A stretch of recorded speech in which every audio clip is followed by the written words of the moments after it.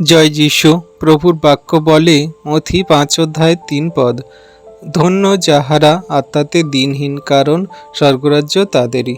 বিশ্বাসী সন্তানরা, আমাদের আত্মাতে দিনহীন হতে হবে, কারণ আত্মার চাহিদা নেই। আত্মা শুধুমাত্র স্বর্গীয় রাজ্য যাওয়ার জন্য আত্মার সেই চাহিদা। আত্মা হলো তিনি আমাদের যা খ্রিস্ট যিশু দিয়েছেন, সেই আত্মা আমাদের এই জগতে হয়তো আমাদের শরীরের সঙ্গে আছে 60, 70, 80, 90, বড়জোর 100 বছরের জন্য। যখন আমাদের শরীর নশ্বর হয়ে শেষ হয়ে যাবে, আমাদের আত্মাও সেই ঈশ্বরের কাছে চলে যাবে। কিন্তু আমাদের আত্মার কার্য এই শরীরের মধ্যে দিয়েই করতে হবে।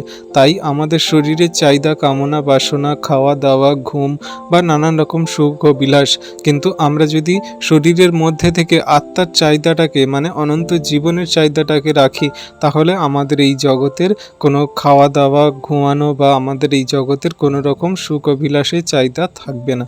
তো আমাদের এই জগতের চাহিদা না রেখে আমাদের অনন্ত জীবনের চাহিদা রাখা উচিত, মানে আমাদের আত্মার চাহিদা রাখা উচিত। আর আত্মার চাহিদা সমস্ত দীনতার সঙ্গে রাখা উচিত, যাতে আমরা অনন্ত জীবনে প্রবেশ করতে পারি। Amen, hallelujah.